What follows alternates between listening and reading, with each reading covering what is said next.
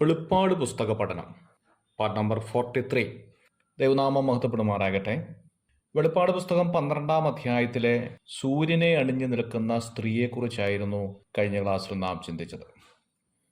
12-ാം അധ്യായത്തിൽ പറഞ്ഞിരിക്കുന്ന സൂര്യൻ ജോസഫിന്റെ അപ്പനായ യാക്കോബാണ് എന്ന് ഓർക്കുകയുണ്ടായി.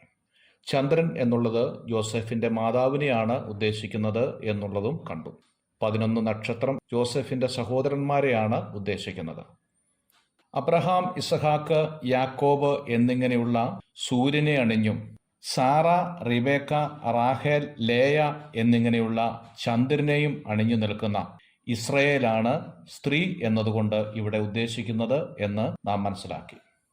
തിരുവെഴുത്തിൽ ഇസ്രായേലിനെ സ്ത്രീ എന്ന നിലയിൽ പല ഭാഗങ്ങളിൽ വിവരിച്ചിട്ടുണ്ട്. യെരമ്യാ പ്രവചനം 3-ാം അധ്യായം അതിന്റെ 1 മുതൽ 25 വരെയുള്ള ഭാഗം വായിക്കുമ്പോൾ പരപുരുഷ ബന്ധത്തിൽ ഏർപ്പെട്ടതായിരിക്കുന്ന സ്ത്രീയോട് ഉപമിച്ച് ഇസ്രായേലിനെ പറയുന്നുണ്ട്. ഹോശേയ പ്രവചനം 2-ാം അധ്യായം 1 മുതൽ 23 വരെയുള്ള വേദഭാഗങ്ങളിലും കാണാൻ സാധിക്കുന്നുണ്ട്. യെശയ്യാ പ്രവചനം 54-ാം അധ്യായം അതിന്റെ 1-ാമത്തെ വാക്യത്തിൽ ഇസ്രായേലിനെ പ്രസവിക്കാത്ത മച്ചിയെ എന്നാണ് അഭിസംബോധന ചെയ്യുന്നതായി കാണുന്നത്.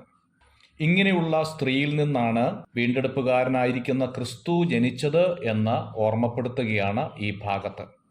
12-ാം അധ്യായത്തിന്റെ 4-ാം വാക്യത്തിലേക്ക് വരുമ്പോൾ സ്ത്രീ പ്രസവിച്ച ഉടനെ കുട്ടിയെ തിന്നുകളവാൻ മഹാസർപ്പം അവളുടെ മുമ്പിൽ നിന്നു എന്ന് കാണുന്നു. പ്രവചനത്തെക്കുറിച്ച് നാം പഠിക്കുമ്പോൾ പ്രവചനത്തിൽ അംശനിവൃത്തി, പൂർണ്ണനിവൃത്തി എന്നിങ്ങനെ 2 ഭാഗങ്ങൾ കാണാൻ സാധിക്കുന്നതാണ്.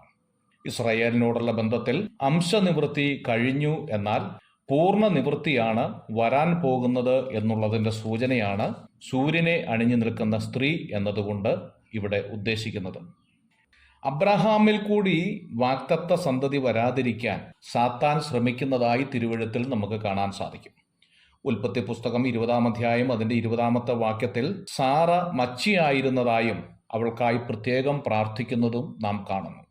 സാറയിലൂടെ വാഗ്ദത്തത്തിന്റെ നിവൃത്തി ഉണ്ടാകും എന്ന് പിശാച് മനസ്സിലാക്കി ആരംഭം മുതൽ ഇസ്രായേലിനെ ഇല്ലാതാക്കാനായി ശ്രമിച്ചു എന്നതിന്റെ സൂചനയാണ് ഇവിടെ നമുക്ക് കാണാൻ സാധിക്കുന്നത്.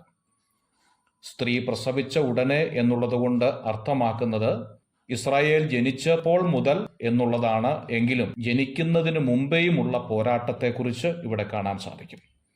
ഇസ്രായേൽ ജാതി ഇല്ലാതാക്കാൻ മിസ്രൈമിൽ വെച്ച് ഫറവോൻ മുഖാന്തരം ആൺകുട്ടികളെ കൊന്ന് സ്ത്രീകളെ മാത്രം ശേഷിപ്പിച്ചതായി പുറപ്പാട് പുസ്തകം 1-ാം അധ്യായം 15 വരെയുള്ള വാക്യങ്ങളിൽ നമുക്ക് കാണാൻ സാധിക്കുന്നു.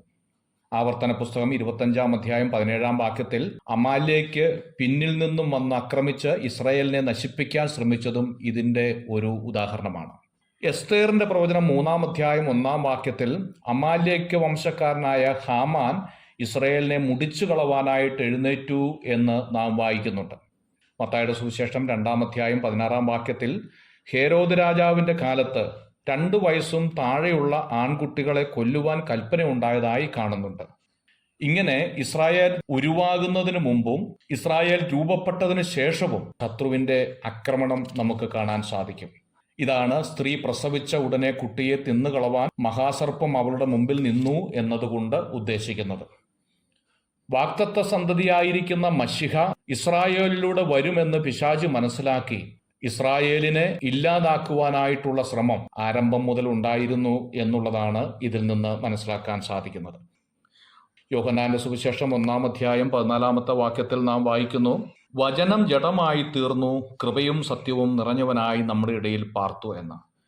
വചനം ജഡമായി തീരാൻ ഒരു കുടുംബം ആവശ്യമായിരുന്നു. അതിന് മറിയയെയും യോസഫിനെയും ദൈവം തിരഞ്ഞെടുത്തു. ലൂക്കോസിന്റെ സുവിശേഷം 1-ാം അധ്യായം 28-ാമത്തെ വാക്യത്തിൽ നാം വായിക്കുന്നു, ദൂതൻ അവളുടെ അടുക്കൽ അകത്തു ചെന്ന്, കൃപ ലഭിച്ചവളെ, നിനക്ക് വന്ദനം, കർത്താവ് നിന്നോട് കൂടെയുണ്ട് എന്ന് പറഞ്ഞു. അവൾ ആ വാക്ക് കേട്ട് ഭ്രമിച്ചു. ദൂതൻ അവളോട്, മറിയയെ ഭയപ്പെടേണ്ട, നിനക്ക് ദൈവത്തിന്റെ കൃപ ലഭിച്ചു, നീ ഗർഭം ധരിച്ച് ഒരു മകനെ പ്രസവിക്കും, അവന് യേശു എന്ന് പേർ വിളിക്കണം എന്ന് പറയുകയാണ്. മനുഷ്യനായി 33.5 വർഷം ഈ ഭൂമിയിൽ ചിലവഴിച്ച് നമ്മുടെ കർത്താവ് ക്രൂശിൽ മരിക്കുകയായിരുന്നു.